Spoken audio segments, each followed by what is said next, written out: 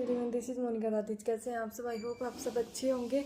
और SBI clerk waiting list के बाद में मतलब जिनका भी हुआ उन सभी को कॉन्ग्रेचुलेशन। अभी उनका DV होगा। मतलब काफ़ी सारे डाउट्स आ रहे थे कि DV का मेल कब आएगा। DV का मेल मुझे एटलीस्ट 10 डेज़ बाद में आ गया था और कुछ लोगों को 10 डेज़ पहले भी आ गया था। तो एक डेट तो डिक्लेयर हो जाएगी कि कभी आए, कब आपकी ज्वाइनिंग होगी, क्योंकि ऑल इंडिया पर एक ही ज्वाइनिंग डेट इशू करते हैं। तो हमारी 22 तारीख थी, तो आप सभी को भी पता चल जाएगा। डोंट वरी, मेल आ जाएगा। और क्योंकि अभी RRB क्लर्क का भी DV चलता है और PO का, और साथ में ही SBI का DV भी आने वाला है। तो DV के रिगार्डिंग बहुत सारे डाउट्स आ रहे थे कि कैसे होगा, क्या होगा।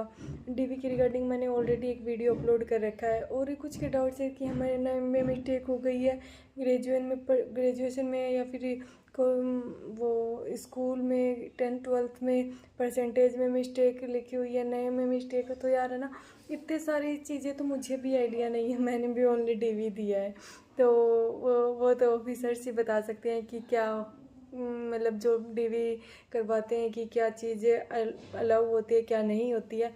तो जहाँ तक हो सके ना अपने हैंड से सारी चीज़ें क्लियर करके चलो। देखो, मैं तो ये जानती हूँ क्योंकि मैंने भी जब किया मेरा DV था तो डरी हुई तो मैं भी बहुत थी कि यार कुछ हो गया तो, कुछ मिस्टेक हो गई तो।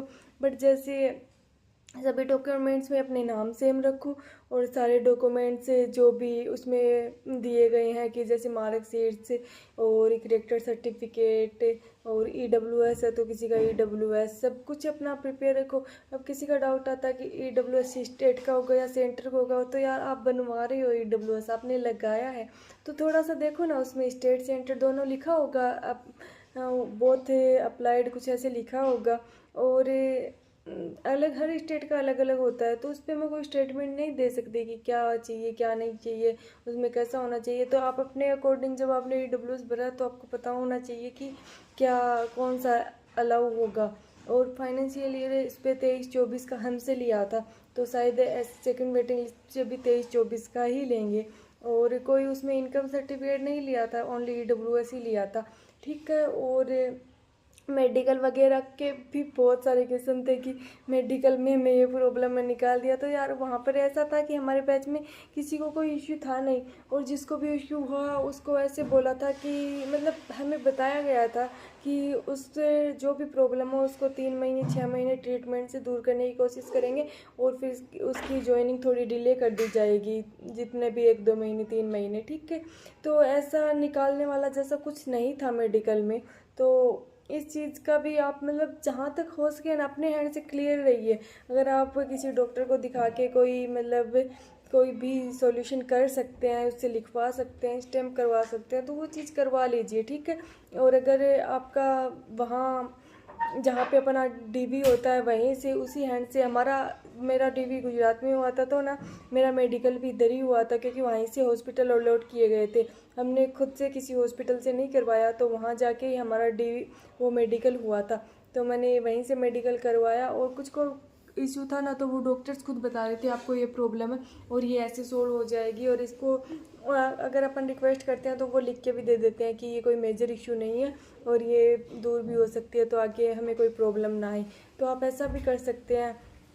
और यार जितना मतलब मैंने DV में फेस किया था मुझे कुछ प्रॉब्लम नहीं आई थी, और जो भी हुआ था वो स्मूथली हैंडल हो गया था। और वहाँ के लोग हेल्प करते हैं। जैसे DV था मेरा 14, 15, 16 को DV था, तो किसी को कोई इश्यू था ना, कोई EWS सर्टिफिकेट गलत था या फिर कुछ भी था ना, तो उनसे D2 फॉर्म पे उनको भरवाया जाता है और साइन करवाए जाते हैं। तो ज्वाइनिंग के टाइम पे वो डॉक्यूमेंट उन्हें ला के दे देते। और उसमें ऐसे नहीं है कि आप अपने एग्ज़ाम पास करके गए हैं वहाँ तक पहुँचे हैं तो DV में वो छोटी छोटी बातों पर हमें निकाल देंगे, ऐसा नहीं है।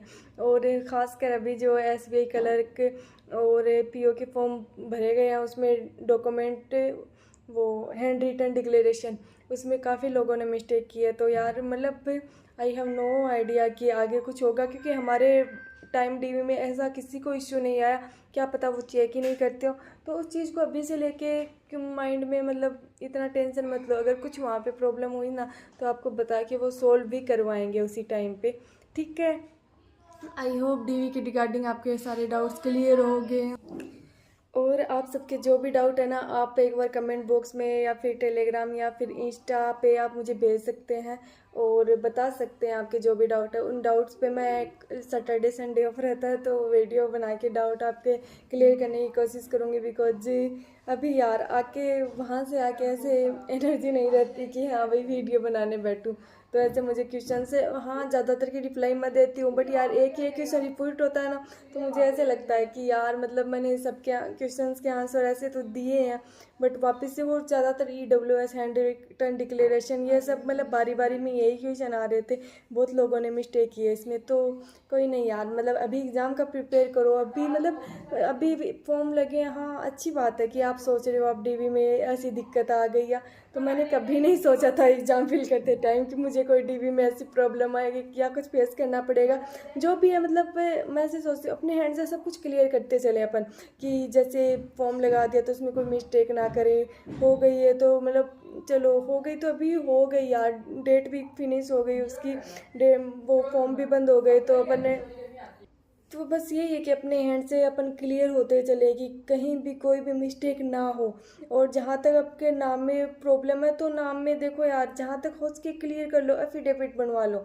इससे ज़्यादा अगर कुछ हो सकता है तो कर लो उसको सोल्व करने के लिए, ताकि वहाँ कोई दिक्कत नहीं हो। तो मैंने तो नहीं सोचा था एग्ज़ाम टाइम में कि प्री मेंस के बाद में कोई DV में दिक्कत होगी। जब रिजल्ट आ गया तो उसके बाद में जब तक वो मेल नहीं आया, मेल में जो डॉक्यूमेंट चाहिए थे, मुझे ऐसे लग रहा था मेरे हैंड से कि कभी मुझे इश्यू हो ही नहीं सकता। बस वो लास्ट में मैंने क्या है कि आइडेंटिटी सर्टिफिकेट और करेक्टर सर्टिफिकेट में मिस्टेक कर दिया था, क्योंकि मैं करेक्टर सर्टिफिकेट बनवाया था बट मैं घर पर भूल गई और आइडेंटिटी साथ में लेके गई थी।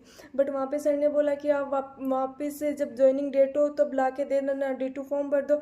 बट मेरे पास कॉलेज से एक्स्ट्रा थे, मतलब जहाँ से हमने लास्ट ईयर कॉलेज किया है, MSc किया है या फिर B.Ed किया है, आप वहाँ से भी करेक्टर सर्टिफिकेट ले सकते हो। 2 करेक्टर सर्टिफिकेट चाहिए, या तो आप किसी टीचर जो हेडमास्टर है, प्रिंसिपल है गवर्नमेंट स्कूल में, उससे साइन करवा लो, या फिर अपन SBI बैंक में मैनेजर से भी चल सकता है शायद, वो उसके भी साइन हो सकते हैं। बट ज़्यादातर सेफ यही रहता है प्रिंसिपल से करवा लो।